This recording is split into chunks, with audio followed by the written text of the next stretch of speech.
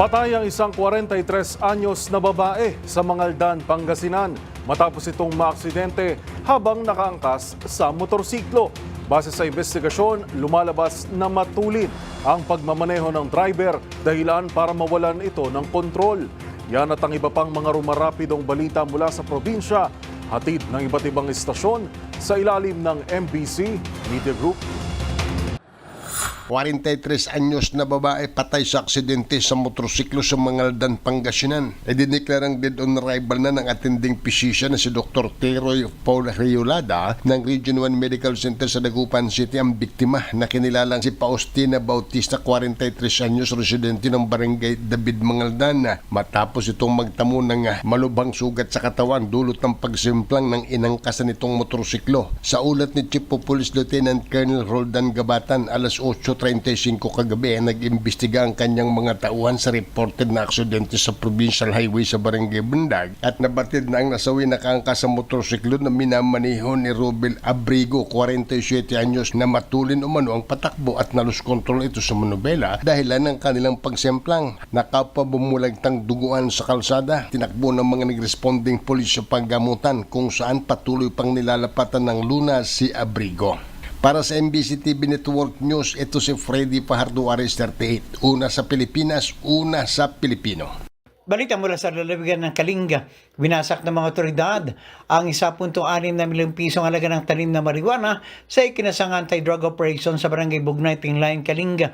Naglunsad ng Marijuana Eradication Operation ang pinagsanib na operatiba ng Tinglayan Municipal Police Station, Provincial Intelligence and Drug Enforcement Unit ng Kalinga Provincial Police Office, PIDEA at iba pang police units na nagresulta sa pagkakadiskubre ng isang plantasyon ng marijuana na may sukat na 800 metro kwadrado. At dito binunot at sinunog ng mga operating troops ang 8,000 piraso ng fully grown marijuana plants na may dangerous drugs board value na 1.6 na milyong piso.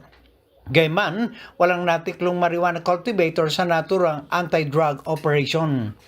Para sa MBC TV Network News, ito si RH41 Romy Gonzalez.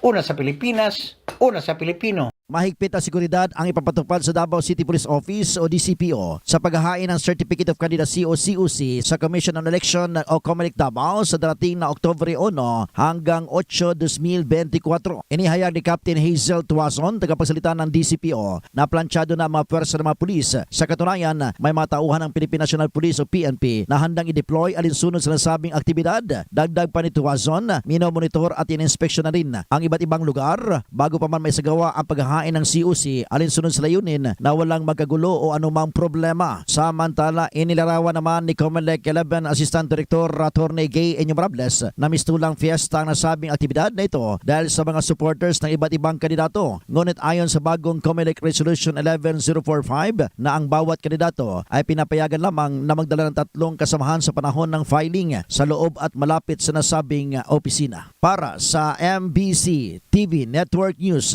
ito si June Suter. Una sa Pilipinas, una sa Pilipino. Natimbog naman ng otoridad dito sa lalawigan ng Northeast Samar ang tinuturing na Regional Priority Target List Individual na PNP nang makuhaan ito ng ilegal na droga o pinaghihinala ang shabu.